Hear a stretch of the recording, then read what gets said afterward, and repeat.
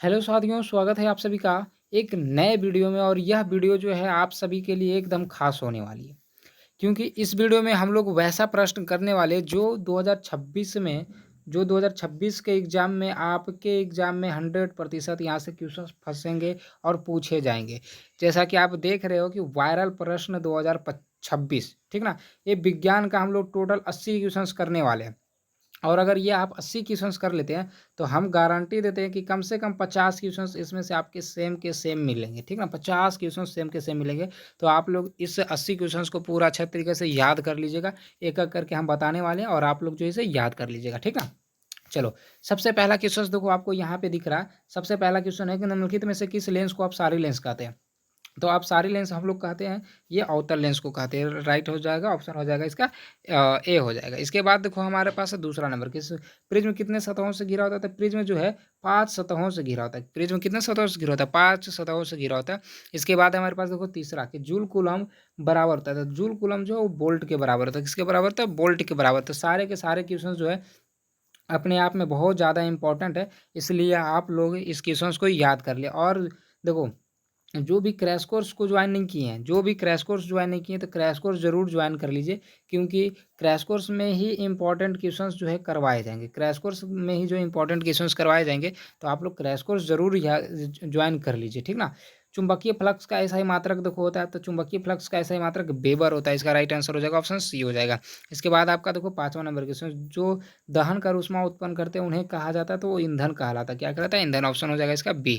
इसके बाद आपको देखो है अगला छठा नंबर क्वेश्चन किस दृष्टि दोष के निवारण के लिए अवतल लेंस का प्रयोग किया था? अवतल लेंस के लिए निकट दृष्टि दोष होता है तब लगाया जाता है। इसके बाद आपको देखो 7वां नंबर क्वेश्चन, दूर दृष्टि दोष वाले मनुष्य के चश्मे में होते हैं तो उत्तल लेंस होते हैं। सारे क्वेश्चन जो है एकदम वीवीआई है, एकदम अपने आप में बहुत ज़्यादा इंपॉर्टेंट है। आप इस क्वेश्चंस को अच्छे तरीके से याद कर लें और इस वीडियो को अपने दोस्तों के पास भी अगर शेयर करना संभव हो तो शेयर कर सकते हैं। और एक बार आप सभी को एक ही बात बोल रहे हैं कि क्रैश कोर्स अगर ज्वाइन नहीं किए हैं, ठीक ना? बहुत सा क्रैश कोर्स जो है लॉन्च हो चुका है। क्रैश कोर्स जो है लॉन्च हो चुका है और बहुत सारे बच्चे क्रैश कोर्स ज्वाइन कर लिए। क्योंकि देखो, बिहार बोर्ड या यूपी बोर्ड या एमपी बोर्ड, राजस्थान बोर्ड, कोई भी बोर्ड हो, है ना? अगर आप उसमें अच्छा नंबर लाना चाहते हैं, तो थ्योरी के पढ़ने से सिर्फ नहीं होगा। सिर्फ थ्योरी पढ़ लीजिएगा तो नंबर नहीं आएगा। इम्पॉर्टेंट क्वेश्चंस जो है ऑब्जेक्टिव और सब्जेक्टिव का प्रैक्टिस जो होना ज़रूरी है। तो ये क्रैश कोर्स में वही सारे हो गए। वहाँ पे आपको अलग कुछ नहीं पढ़ाया जाएगा, बस जो इम्पोर्टेंट क्वेश्चंस हैं जो आपके एग्जाम में पूछने वाले हैं वही सिर्फ पढ़ाया जाता है। तो इसलिए क्रैश कोर्स जरूर ज्वाइन कीजिए। सातवां देखो, दृष्टि दोष वाले मनुष्य के चश्मे में होता है, तो ये आपका हो जाएगा उत्तल। ये तो आपको बता चुके हैं। चलो अब अगला देखो आपका 8वां नंबर क्वेश्चन, लघु पतन के समय परिपथ में विद्युत धारा का मान। लघु पतन मतलब होता है शॉर्ट सर्किट। जब शॉर्ट सर्किट होता है तो वहाँ पे जो धारा का मान होता है वो अधिक बढ़ जाता है। ऑप्शन हो जाएगा सी। इसके बाद आपका देखो 9वां नंबर क्वेश्चन, गोबर गैस एक प्रकार की है, तो गोबर गैस जो है एक प्रकार की हमारे पास बायोगैस है। इसका राइट आंसर हो जाएगा ऑप्शन बी। इसके बाद आपका देखो 10वां नंबर क्वेश्चन, कैगा नाभिकीय विद्युत संयंत्र किस राज्य में? ये कर्नाटक हो जाएगा। ऑप्शन हो जाएगा इसका क्या? बी। अब इसके बाद देखो आपका 11 नंबर क्वेश्चन कि किसी वस्तु का आवर्धित प्रतिबिंब बनता है, तो आवर्धित जो प्रतिबिंब बनता है वो अवतल दर्पण में बनता है। इसके बाद आपका देखो 12वां नंबर क्वेश्चन, हजामत बनाने के लिए प्रयोग किया जाता है, ये भी अवतल दर्पण का ही किया जाता है। ऑप्शन हो जाएगा इसका बी। इसके बाद आपका देखो 13वां नंबर क्वेश्चन कि निकट दृष्टि दोष में किस लेंस का प्रयोग होता है? तो निकट दृष्टि दोष में अवतल लेंस का प्रयोग किया जाता है। राइट आंसर हो जाएगा ऑप्शन बी। इसके बाद आपका देखो 14 नंबर क्वेश्चन की लेंस की क्षमता का ऐसा ही मात्रक होता है, ये डाईऑप्टर होता है या तो मीटर इनवर्स भी होता है। याद रखिएगा ये सब चीज़ें। इसके बाद है आपका देखिए है 15वां नंबर क्वेश्चन, प्रकाश के किरणों के समूह को कहते हैं तो किरण पुंज कहते हैं। प्रकाश के किरणों के समूह को क्या कहते हैं? किरण पुंज कहते हैं। अगला देखो आपके पास है 16वां नंबर क्वेश्चन कि किसी माध्यम में छोटे छोटे कणों के निलंबन को कहा जाता है कोलाइड कहला जाता है। क्या कहलाता है? कोलाइड कहलाता है। राइट आंसर हो जाएगा ऑप्शन ए।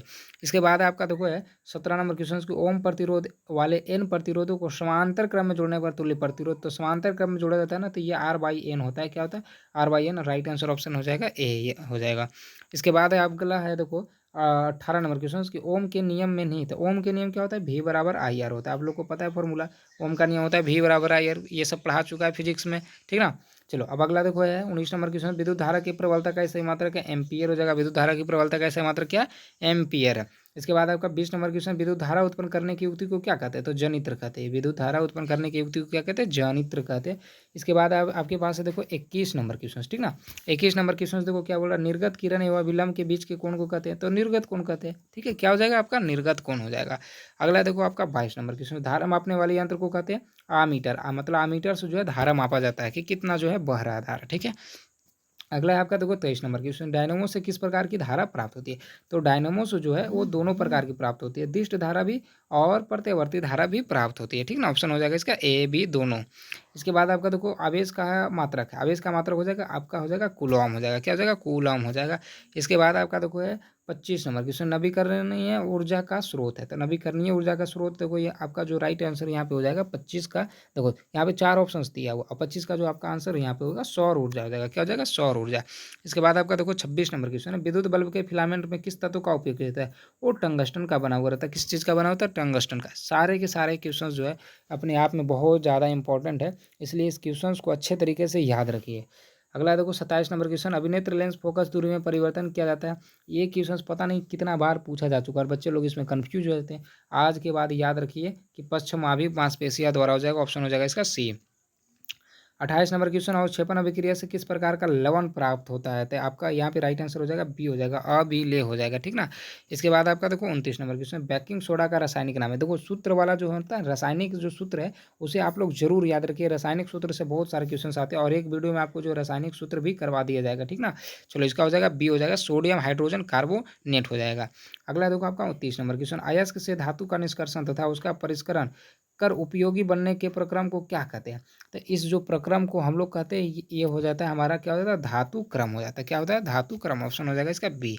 अब है अगले देखो हमारे पास 31 नंबर क्वेश्चन, साग सब्जियों को विघटित होकर कंपोस्ट बनना किस अभिक्रिया का उदाहरण है? तो ये भी हमारा क्या रहता है? ऊष्मा क्षेपी। इसका भी राइट आंसर ऑप्शन बी हो जाएगा।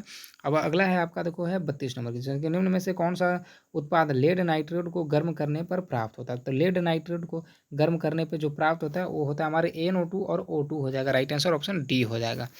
इसके बाद आपका देखो 34 नंबर क्वेश्चन, निम्नलिखित में कौन विजातीय यौगिक है ना? निम्नलिखित में जो कौन विजातीय यौगिक है तो ये हमारा हो जाएगा plaster of Paris. Plaster of Paris हो जाएगा। अगला देखो हमारे पास 35 नंबर क्वेश्चन, निम्नलिखित में से किस धातु को केरोसिन में डुबा कर रखा जाता है? तो सोडियम को रखा जाता है, और सोडियम को ही चाकू से भी काटा जाता है, याद रखिएगा। चाकू से किसको? सोडियम को काटा जाता है और लिथियम को भी काटा जाता है, याद रखिएगा इस बात को। अगला है आपका देखो 36 नंबर क्वेश्चन, कि सोडियम क्लोराइड के जलीय विलयन से विद्युत धारा प्रवाहित करने पर यह वियोजित होकर सोडियम हाइड्रोक्साइड बनाता है। इस प्रक्रिया को कहते हैं, है ना। इस प्रक्रिया को क्या कहते हैं ना? इस प्रक्रिया को क्या कहते हैं? तो इस प्रक्रिया को हो जाएगा, राइट आंसर हो जाएगा इसका सी हो जाएगा, वियोजन अभिक्रिया हो जाएगा। राइट आंसर ऑप्शन सी हो जाएगा। इसके बाद आपको देखो 37 नंबर क्वेश्चन, कौन सा अधातु कमरे के ताप पर द्रव्य होता है? तो ये आपका ब्रोमीन हो जाएगा। क्या हो जाएगा? ब्रोमीन। राइट आंसर हो जाएगा ऑप्शन ए। इसके बाद आपका देखो 38 नंबर क्वेश्चन, सीसा और टिन की मिश्र धातु को कहते हैं? तो जो सीसा और टिन के जो मिलने से जो बनता है उसे हम लोग सोल्डर को कहते हैं। क्या कहते हैं? सोल्डर। ऑप्शन हो जाएगा इसका ए, राइट आंसर। इसके बाद है आपका देखो है 39 नंबर क्वेश्चन, 39 नंबर है, निम्नलिखित में से किसे चाकू से काटा जा सकता है? देखो आपको बताए थे लिथियम या फिर सोडियम भी होता है, लिथियम या फिर सोडियम भी होता है, दोनों को आप याद रखिएगा, लिथियम भी बोल सकते हैं या सोडियम भी। इसके बाद आपका देखो 40 number question, sorry 41 number question cut गया यहाँ पे। अगला 41 के, ईथेन में कितने सहसंयोजक आबंध है ना? ईथेन में कितने सहसंयोजक आबंध है? तो ईथेन में जो होते हैं वो 7 होते हैं। कैसे होता है ये भी बताया जाएगा आपको एक, जब डिजिटल बोर्ड पे आएंगे ना। अभी तो बारिश का मौसम है, नेटवर्क खराब है, इसलिए डायरेक्ट जो है मोबाइल से आना पड़ रहा है लाइव। जब बोर्ड पे आएंगे ना सामने, तब इस सब को अच्छे तरीके से आपको समझाया जाएगा। अभी तो फिलहाल याद कर लो, इतना बहुत काफ़ी है आपके लिए, क्योंकि यही क्वेश्चंस जो आपके एग्जाम में पूछे जाएंगे। देखो यहाँ पे लिखा हुआ भी गेस ऑब्जेक्टिव, यही आएगा 100%, एकदम 100% आएगा। याद रखिएगा, सारे क्वेश्चंस बहुत बार पूछे जा चुके हैं ये सभी, और पूछे जाएंगे इस बार 2026 में भी। 42 नंबर क्वेश्चन है, CnH2n+2 किसका सामान्य सूत्र है? देखो सामान्य सूत्र जो है पूछा जाता ही है कि किसका सामान्य सूत्र है, इस तरीके से। तो ये आप याद रखिएगा, एल्केन का होता है। किसका होता है? एल्केन का। इसके बाद आपका देखो 43 नंबर क्वेश्चन, उसकी नीला थोथा यानी कि तूतिया जिसको बोलते हैं का रासायनिक सूत्र है। तो तूतिया का जो रासायनिक सूत्र होता है वो हमारा होता है CuSO4 × 5H2O। अगला आपका देखो 44 नंबर क्वेश्चन, आवर्त सारणी के उदर्ग स्तंभों को कहा जाता है? तो जो उदर्ग होता है उसको कहा जाता है क्या? तो उसको कहा जाता है वर्ग, कहा जाता है। क्या कहा जाता है? वर्ग। चलो अब अगला देखो आपका है, आवर्त सारणी के प्रथम वर्ग के सदस्य है। तो प्रथम वर्ग के जो सदस्य होते हैं वो हमारे क्षारीय होते हैं। क्या होते हैं? क्षारीय धातु होते हैं। अगला है प्यारे बच्चों, अगला है देखो 66 number 46 number question, sodium carbonate का अणुसूत्र है। सोडियम कार्बोनेट का जो सूत्र होता है वो हमारा होता है Na2CO3 होता है। अगला है देखो 47 नंबर क्वेश्चन, CHO। पहले इसके पीछे देखो ये ऐसा लेगा होगा CHO, किस क्रियाशील मूलक को क्या कहते हैं?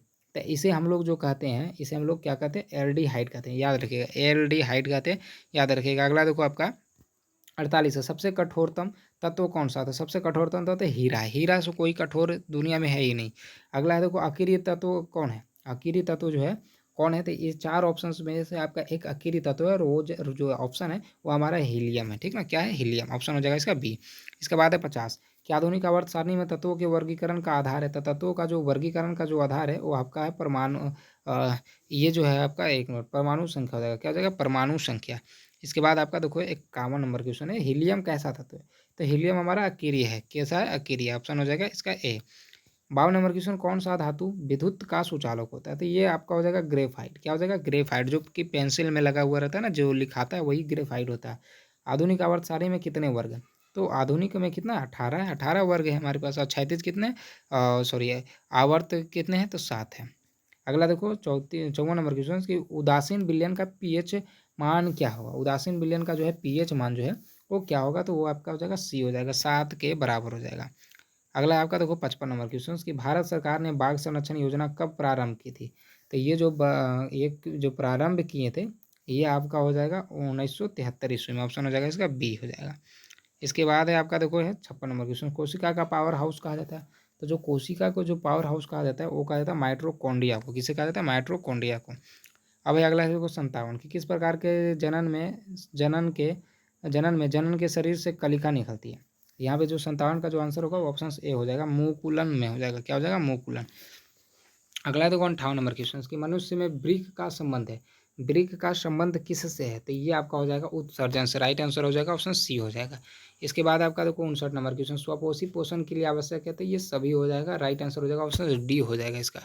इसके बाद आपका देखो 60 नंबर क्वेश्चन, की प्रकाश संश्लेषण की क्रिया में ऑक्सीजन बाहर निकलता है। तो वो ऑक्सीजन जो बाहर निकलता है ये प्रकाश संश्लेषण की क्रिया से, वो किसके थ्रू निकलता है? तो ग्लूकोज हो जाएगा। राइट आंसर ऑप्शन हो जाएगा सी। इसके बाद आपका देखो 61 नंबर क्वेश्चन, निम्नलिखित में से कौन सा पादप हार्मोन है ना? ये सब बायोलॉजी के प्रश्न है और एकदम मजेदार प्रश्न है, बार बार एग्जाम में ये सब पूछे जाते हैं। ये हो जाएगा साइटोकाइनिन हो जाएगा, और राइट आंसर हो जाएगा ऑप्शन डी। अगला देखो 62 नंबर क्वेश्चन, की दो तंत्रिका कोशिका के मध्य खाली स्थान को कहते हैं। जो खाली जो स्थानें होती है दो तंत्रिका कोशिका के बीच, उसे हम लोग कहते हैं सिनेप्टिक दरार। क्या कहते हैं? सिनेप्टिक दरार। इसके बाद आपका देखो 63 नंबर क्वेश्चन, फूलों में नर प्रजनन अंग होता है। फूलों में नर प्रजनन अंग होता है, ये आपका हो जाएगा पुंकेसर हो जाएगा। ऑप्शन हो जाएगा इसका ए। अगला है देखो आपका 64 नंबर क्वेश्चन, की द्विखंडन होता है। द्विखंडन जो है किस में होता है? द्विखंडन आपका हो जाएगा अमीबा में होता है। किस में होता है? अमीबा में। इसके बाद आपका देखो 65 नंबर क्वेश्चन, की मनुष्य के आहार नाल में अवशेषी अंग है। मनुष्य के आहार नाल में अवशेषी अंग क्या हो जाएगा? आपका अपेंडिक्स हो जाएगा। क्या हो जाएगा? अपेंडिक्स। ऑप्शन हो जाएगा बी। 66 नंबर क्वेश्चन है, निम्नांकित में से किसे आप उपभोक्ता की श्रेणी में रखेंगे? उपभोक्ता की श्रेणी में आपका हो जाएगा जंगली जानवर हो जाएगा। राइट आंसर ऑप्शन हो जाएगा इसका सी। अगला देखो 67, निम्न में से कौन एक जैविक प्रक्रम द्वारा अपघटित होने वाला पदार्थ है? तो जैविक प्रक्रम द्वारा जो होने वाला है हो जाएगा सूखे घास पत्ते। ऑप्शन हो जाएगा इसका ए। 68 नंबर क्वेश्चन है, मुकुलन द्वारा अलैंगिक जनन होता है। तो मुकुलन द्वारा जो अलैंगिक जनन होता है वो हाइड्रा में होता है। राइट आंसर हो जाएगा इसका ऑप्शन ए हो जाएगा।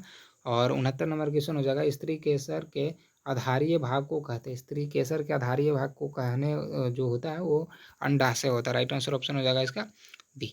70 नंबर क्वेश्चन है, परागकोश में होते हैं। तो परागकोश में क्या होते हैं आपका? यहाँ पे 4 ऑप्शन दिया हुआ और एक ऑप्शन जो आपका सही है। तो परागकोश में क्या होते हैं? तो परागकण होते हैं। क्या होते हैं? परागकण।